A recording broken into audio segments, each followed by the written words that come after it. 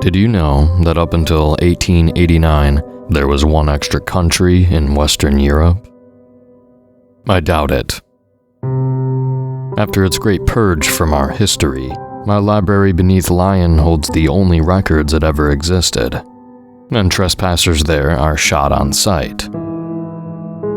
The country's name was not recorded, only that it occupied land connecting Italy and the Iberian Peninsula, with colonies in Ethiopia and Liberia. Judging by the estimated death toll, its population at the time of its consumption was about 13 million. Guess it could have been worse. Certainly a small price to pay when bargaining with an entity that could have easily ended all life on Earth, unless a satisfactory compromise was met. We even offered it all of humanity's collective memories of the country and its inhabitants. It thought we were just sweetening the deal. It didn't realize we were really just getting it to pull off the biggest cover-up operation in history on our behalf.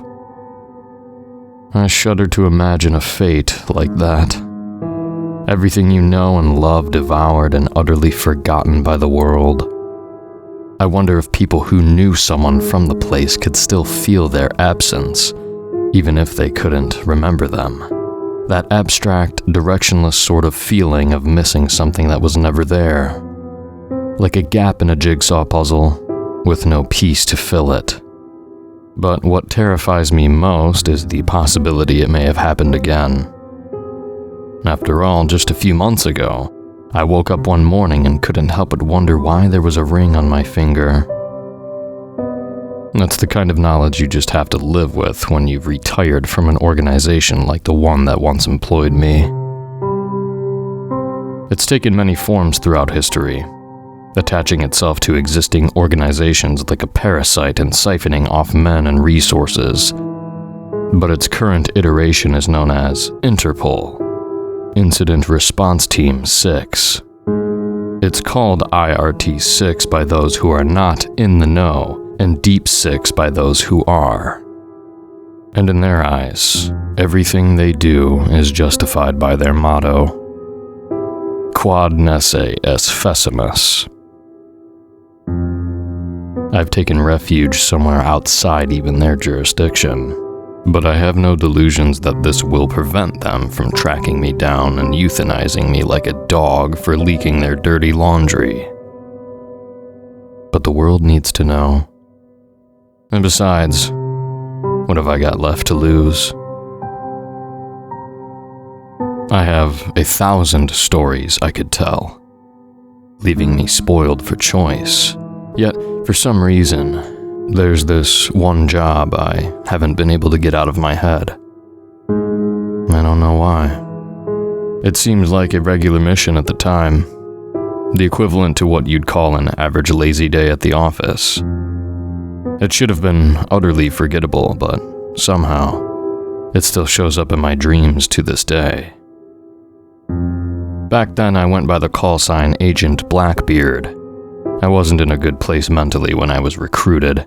I hadn't shaved or combed my facial hair for a year. And comparing me to an old pirate captain was actually the generous option compared to calling me Agent Hobo, which would have been more apt. I've cleaned up a lot since then, and now sport nothing more than a 5 o'clock shadow, but the name stuck. On this particular job, I was being shadowed by a rookie. Her assigned nickname was Agent Etoll, a woman with round-rimmed glasses, a dark three-piece suit, and curly black hair all done up in a bun. Usually, the newbies grated on me, but I liked her. She was professional and deferential, and her bushy-tailed idealism reminded me of myself when I was green. "Equipment check-off," I declared, and she instantly set to work providing me with a full inventory of her gear, testing each to ensure its functionality. I was quite impressed by how fastidiously organized her setup was, far cleaner than my mess of a rucksack. Still, I didn't act impressed. In fact, my expression was downright disappointed. "Aren't you forgetting something, newbie?" I could see the exact moment her heart sank. "I..." "Tell me, How do we keep our sidearms? With shaky hands, she produced her pistol. Cocked and locked, sir. Wrong. It's cocked, locked, and stocked, rookie. I feigned exasperation. Christ, don't tell me you've already forgotten one of the 3 basic rules. It was an absurd statement, but I said it with enough confidence, and it was just close enough to sensible that it sent her into a panic, digging through her bags in a frantic bid to figure out what the hell she'd missed. I'm sorry, sir. Her panic turned to confusion, though, when I couldn't help but crack up laughing. Head easy, Toll. I'm just yanking your chain. I gave her a clap on the back. Some hazing is all. Your gear is perfect. She stared for a while. Oh, ha ha. She gave a half-hearted attempt to fake a laugh. Note to self, not much of a sense of humor on this one, I'd thought. Our vehicle weaved through the back alleys of Paris, past herds of crackheads and ladies of the night, as if digging through multiple layers of sketchiness until finally reaching the rock bottom of the city, where no one dares to go. There, stained by piss and booze, was an unmarked concrete storage container, hiding a tunnel which led deep into the earth. Ever been through the catacombs before, Etol? No, sir, but I've heard much about them. Hope you ain't afraid of the dark. Or a few skeletons. Course, if you are, this job was probably never for you in the first place. I can handle it. She couldn't hide the hint of nervousness in her voice, though. If I may ask, why have we come here? Our soothsayers have reported sensing some Category 8 angelic activity somewhere in northern Germany. We're here to meet a friend who will help us narrow down exactly where. Stay close, I explained. And sure enough, she was smart enough to stick an inch behind me like a lost puppy as I navigated those labyrinthian tombs. Just another reason I liked the newbie. The Paris catacombs are a world all of their own. Those public maps you've probably seen online, they only cover the first level, and even then, only half of it. We made sure of that. After all, we don't want any average Joe knowing that with a few turns, they can meet a 3-headed eel who grants wishes, or a commune of cannibal mole people, or a poltergeist who claims to be the ghost of Margaret Thatcher. There's an entire supernatural ecosystem down there I could write novels explaining, but on this particular day, I didn't care about any of that.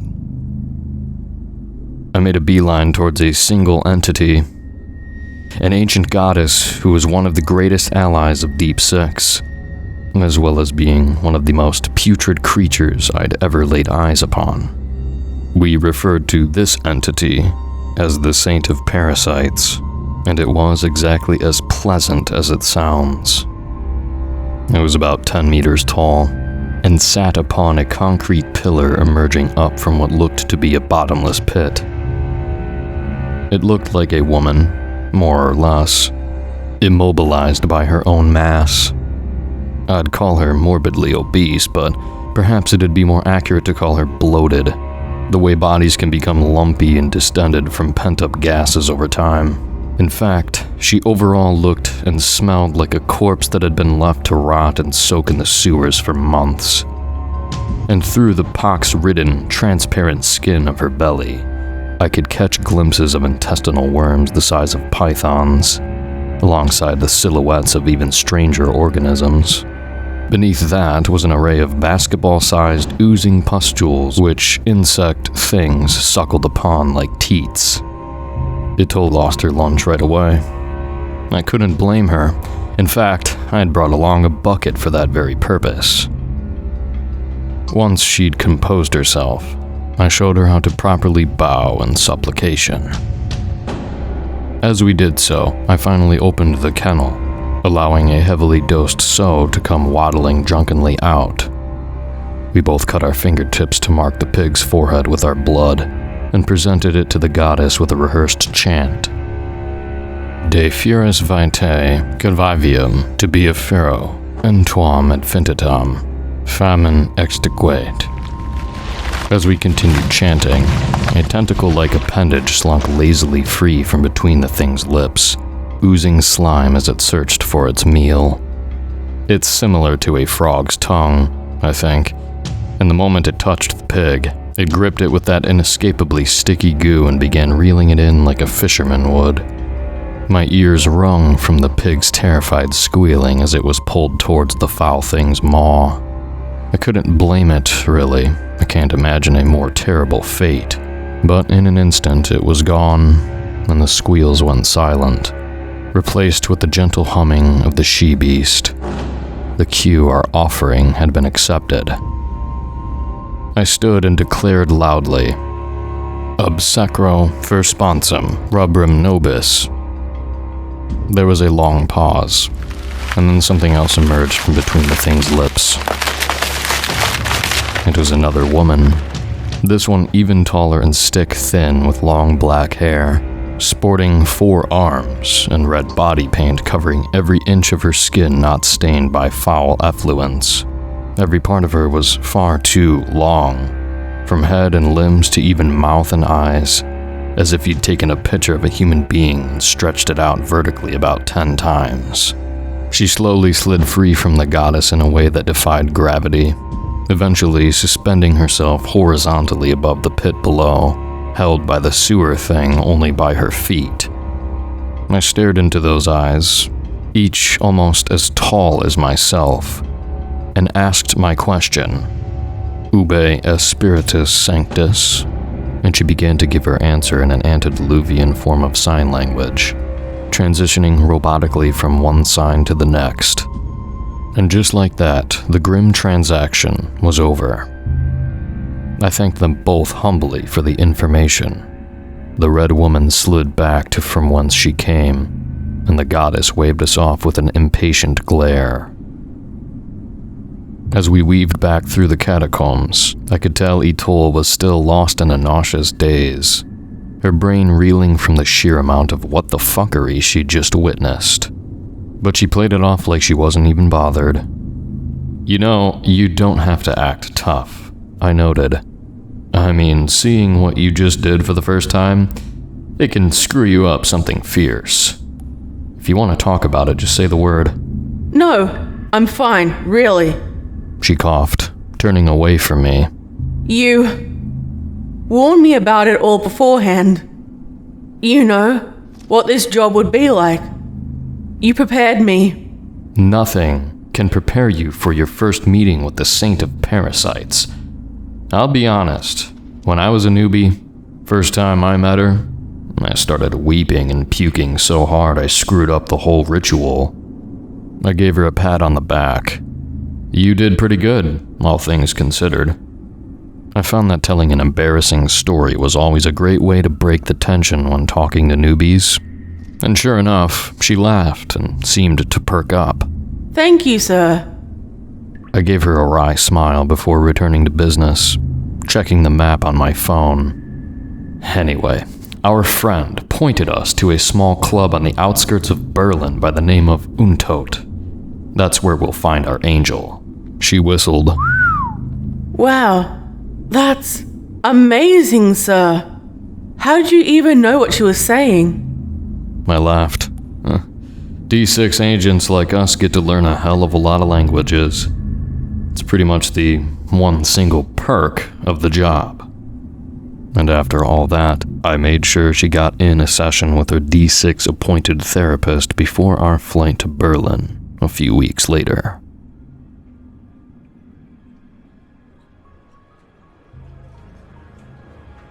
The first thing I noticed about Untot is that it was impossibly quiet for a New Year's night. The DJ was practically asleep, the dance floor a ghost town, and what few patrons there were dressed incredibly prudishly and had no interest in drink. The bartender looked bored to tears. She was a punkish young woman, complete with a pixie cut, black fishnets, an Arion t-shirt, and the thickest black lipstick and eyeshadow I'd ever seen. I politely asked her if she spoke English, and she nodded. Evening, she greeted before her eyes drifted downwards. What with the fanny pack? I tucked my messenger bag behind me. It's not really any of your business, is it? I had a seat. Anyway, evening. The name's Jacob Henley. This here's Ida. I gestured to Etol. Both names had been made up on the spot, of course. Oh, the mysterious type. I see. She giggled. Nice to meet you, Jacob. My name's Juna. But of course I already knew that. I knew everything about her. Before I even walked into this building, I had extensive intel on every single staffer. Do you put any effort into guarding your privacy online? Most people don't. It's insane what IT can dig up with a modicum of effort. I knew she shared her first kiss during a picnic at Mauer Park and spent the whole rest of the day in a panic wondering whether she'd wasted it.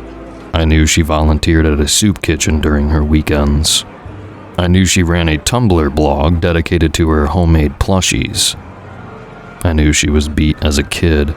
I knew she was 2 years clean from a heroin addiction. I knew she was in a virtual support group for chronic depression. And like the trained sociopath I was instinctually devising ways to use all that knowledge to manipulate her, if the need should arise. Nice to meet you too, Juna. I lied through my teeth. She smirked. You too, Mr. Jacob, you said it was? It's been a while since we've had feds coming strolling through our door. I didn't react in the slightest, but Etol went doe-eyed. Don't look so surprised that I can tell. You two have got a certain gait about you. If you're here checking to see whether we have been selling spirits to toddlers and pushing E on the side, I assure you, you're wasting your time. Bossman keeps his place on the straight and narrow. But if you're here for a drink, well, I'm obliged to never turn away a customer. After all, I'm sure kicking people's doors down can get stressful. I noticed the slight hint of venom in her tone. She was suspicious of cops. In this case, she was right to be.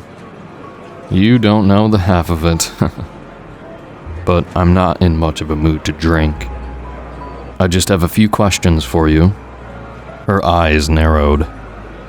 I don't chit-chat with cops. If you're hoping I'll rat somebody out, you're barking up the wrong... That much was obvious, and I know better than to waste my time. I cut in, raising a hand to silence her. Tell me, are you the spiritual type? She glared. No, I can't say I am. But you've met a lot of religious people lately, haven't you? That actually seemed to give her pause. Religious? Her eyes fluttered. Yeah, I have actually. I'd knocked her off her guard, and I knew it. You seem disturbed. What's bothering you? A nervous cloud fell over her, and she glanced around furtively, her voice lowering to a whisper as she leaned in. I don't know. We've just been getting these folks all the time lately. It's like they are trying to turn this place into a Sunday school or something. The way they talk. It feels kind of... She shivered. It scared off a lot of our regulars. Boss went out to talk to them, get him to buzz off. But by the time he came back, somehow they had suckered him in too. You know, he's got a shrine built in his office now. A shrine! Can you believe that? But she quickly caught herself and pulled back. But I have said too much already. I smiled and replied, You've said everything you needed to. Thanks for the help. Angels always liked to hide out in dens of sin like this, precisely because they knew it was the last place most people would think to look for them. But they couldn't help themselves but to leave their traces everywhere. This was the first nightclub I'd ever been in where I saw more rosaries than cleavage. I spoke to the DJ next, although it wasn't much of a conversation. He seemed to have an issue with me barging into his booth. Sir, I'm sorry, but you really can't be up in here. I lifted a flap of my coat, retrieving my suppressed MAC-10 from its shoulder sling on my side. Before he had the time to register it, the barrel was already pressed against his chest. You sure about that? I whispered. He went silent, but not an ounce of actual fear showed on his face. Only a sudden blankness. Still, I nodded to Etol to plug a USB stick into his setup and start messing with his controls. When I looked back, though, he was different. Changing. Flesh beginning to pop and bubble. Eyes and features drifting slowly out of place, his stare piercing my soul as protrusions of flesh began bulging out of his head and forming into shapes nature has never before saw fit to make. I didn't hesitate. All it took was one burst to turn his head into mangled ribbons of flesh.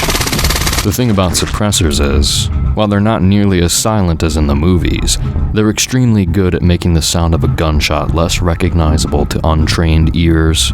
There's a reason we scheduled this op to coincide with New Year's fireworks. Still, the patrons turned up their heads, startled and confused by the cracking of the sonic boom. It only took Etol another moment to finish her work, and the club's smooth jazz was replaced with a reading of Joshua Carducci's Ino e Satana, a 19th century poem designed specifically to whip angels and their flock into a frenzy. The results were as predictable as they were immediate. The thing seemed to be physically anguished by blasphemy, writhing and groaning like vampires in the sun, and as they moaned, they began to change, as if their flesh itself was beginning to strike out against the sound. It melted off them and reformed, like metal flowing into a molten fluid shape before solidifying into their true shapes. Have you ever seen crystals of bismuth? The way it forms out into those chaotic cubical geometric shapes, aligned with intricate patterns that almost look like fractals. Imagine something like that, but coated with a tight layer of flesh, eyes, mouths, and ears, and clumps of hair arranged randomly across its surface. Now you have a rough mental image of what every club patron's head had morphed into, and they all chanted and sang in some unnatural choir, over and over again. Holy, holy, holy is the Lord of Hosts. The only human left was Juna, who had that telltale expression of a person whose entire perception of reality was crumbling all around them. I couldn't imagine what it was like for her. Even I, experienced as I was, felt a shiver go up my spine at the sight of the crowd, clenching my jaw to suppress the budding terror. The things all set to work procuring makeshift weapons wherever they could, blithely uncowed by the bullets whizzing through the club as we opened fire from the DJ booth. Each bullet seemed to shatter parts of them like broken glass, yet still they seemed to take 2 or 3 short bursts to take down. In seconds, they'd closed the distance and threatened to surround the station, forcing us to reposition, Etol clearing a path while I kept them off our flanks. What they lacked in weaponry, they made up for in doggedness, charging at us without fear or pain. I took to kneecapping them to slow their relentless advance. We took positions behind the bar, and by this point they were so close I had to grab one by the throat to keep it from striking me with a blade, smashing it against the bar and unloading 9 rounds into its chest. Eventually, Etol's weapon went silent, and I assumed she'd run dry. Before realizing that, like the bleeding heart she was, she'd gotten distracted comforting Juna, who was curled up in the fetal position, sobbing beneath the bar. Oh God, oh God. What the hell is happening? Oh God. God, I don't want to die. Please don't let me die. Etol had taken a knee and laid a hand on her shoulder. We're going to get you out of here, okay? Just stay down and keep your... Etol, eyes up! She glanced up just in time to see the thing lurching towards her with a knife. Her pistol was out in an instant, putting 6 rounds through its chest and 4 more through its skull once it was on the ground. The tide of battle began to turn as their numbers dwindled. Their lack of self-preservation became their weakness, as they practically marched themselves into our lines of fire with wild abandon. Soon they were having to stumble over the shattered bodies of their own compatriots just to make it to the bar. Me and Etol became perfectly synchronized, acting as one, covering each other's flanks and timing our reloads.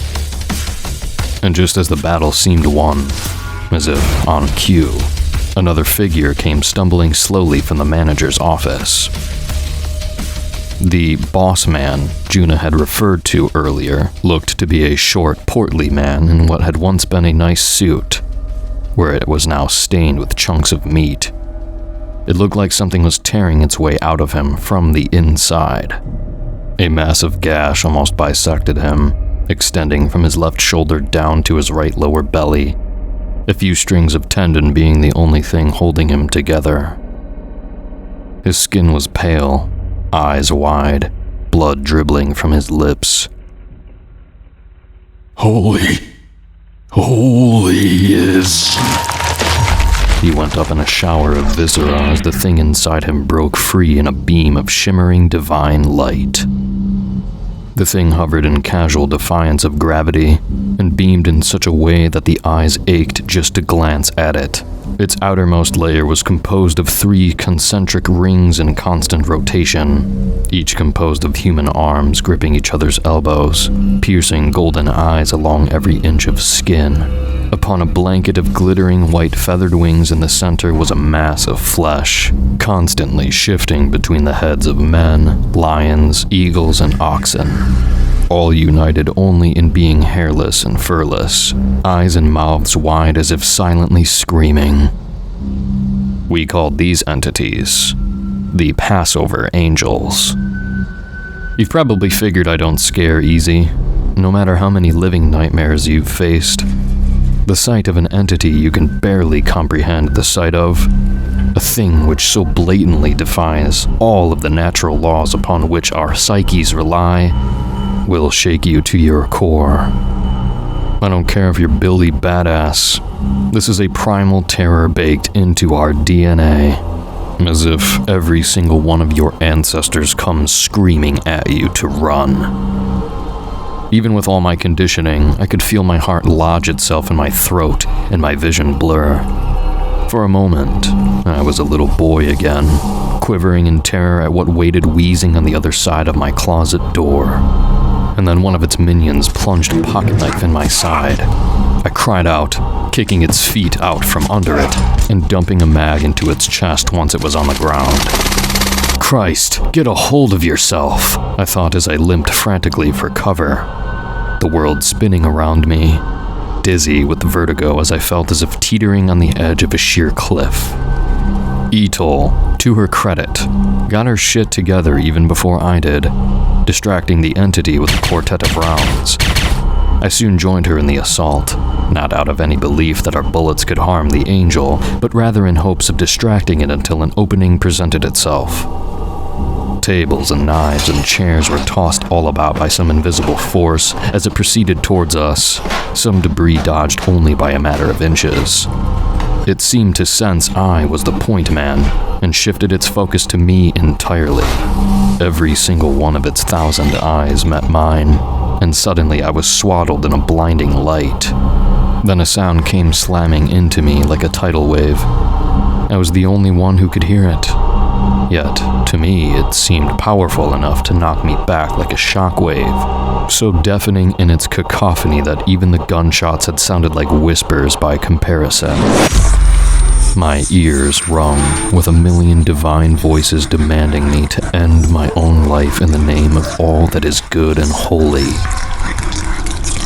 My body began to move of its own accord, acting without my brain's input, slowly raising my gun to my chin. But Etol tackled me to the ground just in an instant before I was able to pull the trigger. It was ultimately Juna who saved us. Not through any intention, but rather through the string of blasphemies and profanity that naturally rolled off her tongue at the sight of the unfathomable horror looming over her. The thing seemed to wince, as if pained by her very words, and its countless eyes all turned to her. Before she even had time to regret her mistake, it was upon her. With telekinetic force alone, it restrained her against the ground with impossible strength as her screams reached a fever pitch. Writhing and wailing, she fought against the inevitable. The thing's countless eyes rolled back into their sockets, and a drooling maw emerged from that formless mass of flesh in its center. Her screams turned to gasps as the angel began to steal something from her. It looked to be a foggy breath being sucked from her mouth into its. In reality, this breath was her very life force, her body withering as it was vacuumed out of her. In seconds, she was visibly drained, eyes sinking into their sockets, body becoming bony and emaciated. And all the while, I snuck up behind the thing and finally produced what my messenger bag had kept hidden. A scrawny, young lamb, kept in a chemically induced state of catatonia. In one smooth motion, I pulled my blade across its throat and then wrung out its neck like a wet towel, showering the entity below in a chunky spray of red viscera. The blood of the innocent sizzled against the entity's flesh as if it had been poured into a hot grill. Its shriek sounded like the crack of thunder, shaking the building to its foundations, glasses falling from shelves and shattering against the floor. Its form began to bubble and melt, tears oozing from its many eyes, its rings spinning frantically as it tried to turn and flee. But my gun was already braced upon my shoulder again, and this time each shot tore through the weakened beast with a splatter of golden ichor. It was always bittersweet to witness the end of something so ancient. Sometimes I wonder how many millennia the immortal being had wandered this earth, only to finally die at our feet as its form crumpled beneath 2 volleys of 9mm parabellum rounds. You know, it's funny. Ask anybody in Deep Six, and they'd all take it for granted that angels were simply pure evil. Looking back, I don't know how it never occurred to me that it might just have been fighting back after we'd driven much of their kind to extinction. But I wasn't so interested in such moral quandaries back then. I was distracted by a more pressing horror. Etol was resuscitating Juna. I knew I should have said something, that I should have stopped her, told her to leave the bartender to die. But for reasons I'll never understand, the words just caught in my throat. Maybe it was due to the sheer passion with which Etol performed her work, tears welling in her eyes as she frantically performed chest compressions on the gaunt and unconscious woman. I couldn't bring myself to stop her.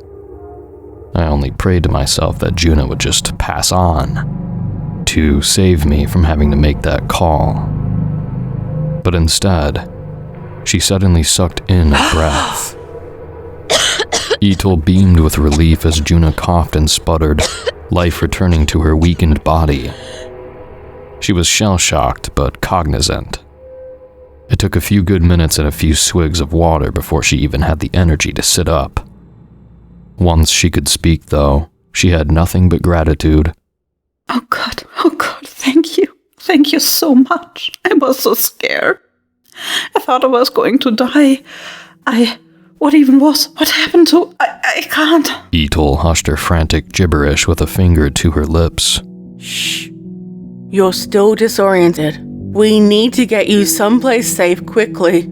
Exhausted beyond measure, both physically and mentally, all Juna could do was lean forward and wrap Etol in a hug. Thank you. She whispered. You saved my life. I could see Etol's eyes growing foggy, even wiping a tear from her cheek. Hell, I almost felt a tear coming on myself. Almost. The local police didn't even spare us a glance as they stormed the building. After all, we had jurisdiction over pretty much every country on Earth, besides the big NK.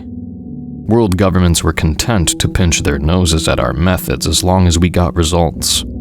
For the same reason you'd hire an exterminator to flood your home with toxic gas for you. Odious as it was, at least it beat having to deal with your pest problem, all on your own.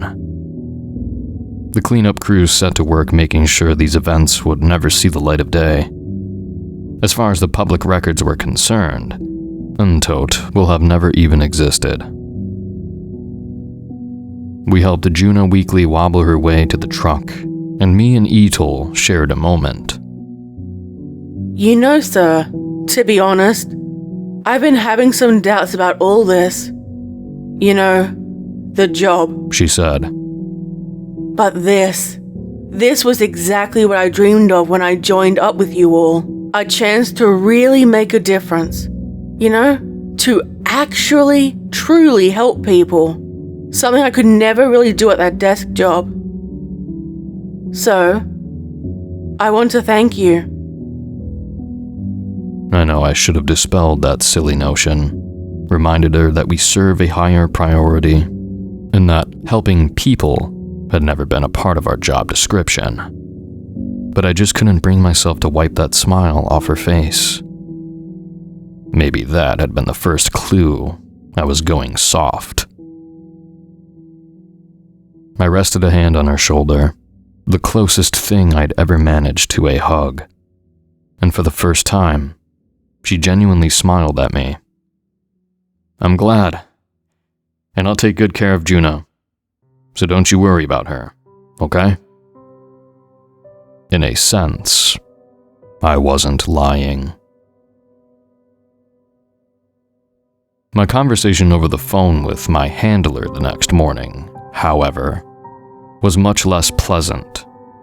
I was all too familiar with the sound of the thick drawl of the American South oozing through the phone. Well, howdy, Black. Congrats on the op, He said. Heard they pulled at least 24 bodies from that place. Christ, that angel bastard was in deep. But you never let us down. Actually, Barber, there is one loose end. Oh, He groaned. wonderful. Just what I'd like to hear. His voice dripped with sarcasm. It's nothing, really. One of the Angel's code greens made it out of the building. She only took it for a few seconds, so the transformation won't have any effects on her mentally, but it will be visible.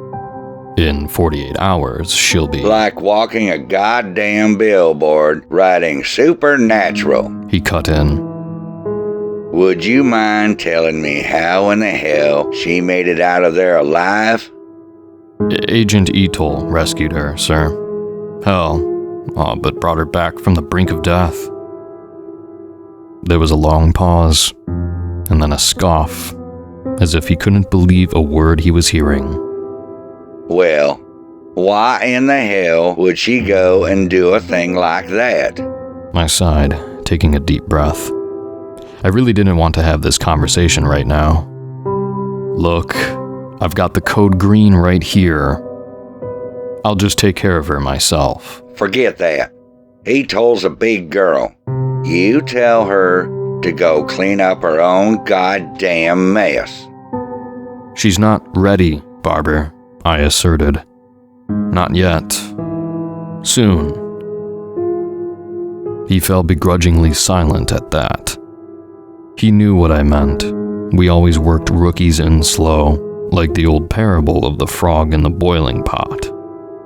We pulled back the curtain gradually, inch by inch, so they didn't realize how deeply they're being lured into the mire. We study them, form a psychological profile, and determine exactly how to gaslight them, manipulate them, exploit their fears and insecurities, how to break them until they're utterly under our control. And by the time they truly realize what they've signed up for, it's already too late. We are going to have a long conversation about this during your debriefing, Black. He concluded bitterly. Get it Done. Before I could respond, he hung up the phone.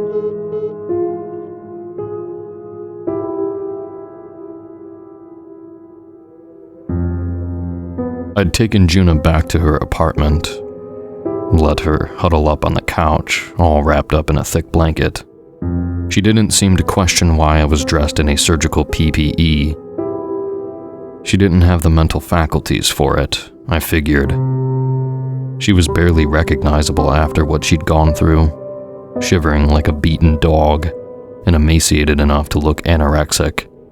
I still don't understand what I saw. I never thought anything like that could exist. Those things. Were they even people? I gave her a pat on the back. Just calm down and relax. Everything will be explained over time, once you're well. You're going to be placed under the agency's protection program, which will take over your treatment and ensure nothing unnatural is ever able to find you again. I paused. You look fatigued. Would you like me to make you some coffee? Tea? She nodded. Just water. She flashed me a weak smile as I made for the kitchen. Thank you so much for all of this, really. My stomach twisted into a knot at her words. Please, don't thank me. I prepared her a cool glass of water, just as she requested, but included an extra ingredient. People call it siren's blood, but that's just a nickname. Its actual components are far worse. It glue a bright pink as it mixed into the glass, but all it took was some light stirring to render it downright invisible. She didn't seem to notice anything off when she took her first sip, but then she was struck with a sudden lightheadedness, the glass falling from her hand. How are you feeling? Better? I asked. I'm feeling... I feel... She fell silent, her eyes losing focus as if gazing out at something a million miles in the distance. I had seen it a million times before. The way all thoughts, all inhibitions leave the mind of whoever consumes the stuff. Still, it never stopped sending shivers up my spine. I tested it. Raise both hands in front of your face. She did, without a second thought. Lower them. Again, she did, like a robot obeying its programming. By now, her blank eyes were glowing a vibrant pink, drool dribbling down her chin. I pushed up a table and slid her a typed document and a blank piece of notebook paper, side by side. Please copy the contents of the document onto this piece of paper, in your own handwriting. I don't remember exactly what it said. Some bullshit I wrote about how she'd relapsed and all the therapy was doing nothing for her depression, ending with those 3 words, "I'm so sorry." At the time, I never thought about how painful the letter would be to actually read. To wonder why you didn't see the warning signs, whether you could have done more, whether you could have stopped it. I'd written the words that would devastate an entire family with the exact same aloof detachment you would feel while filling out paperwork. Once she was finished writing, I carefully slid her note away from her, and then, with gloved hands, I laid a .32 revolver on the table. Pick up the revolver. She did so. Place the barrel against the back of your throat. She did. Now, pull the trigger.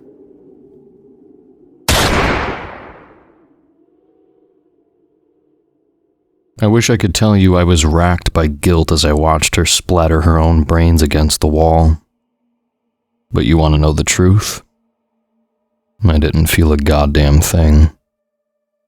Once you've mired yourself neck deep in evil, convinced yourself it's just a means to an end, The shit you'd have once found unforgivable became routine. After all, after making over 100 sacrifices in the name of the greater good, what's one more body on the pile? But now, at the end of it all, every time I close my eyes, I see their faces. I know no one will believe this. I know they'll send a squad to kill me for posting this. I know I'll deserve it. Still won't make it easy for them. If you leave with one takeaway, let it be this. You know those old rumors about men in black suits skulking around UFO crash sites and cursed arcade cabinets or whatever, and disappearing the witnesses? Those kitschy conspiracy theories you laughed at and dismissed out of hand? I want you to know that they're all too real.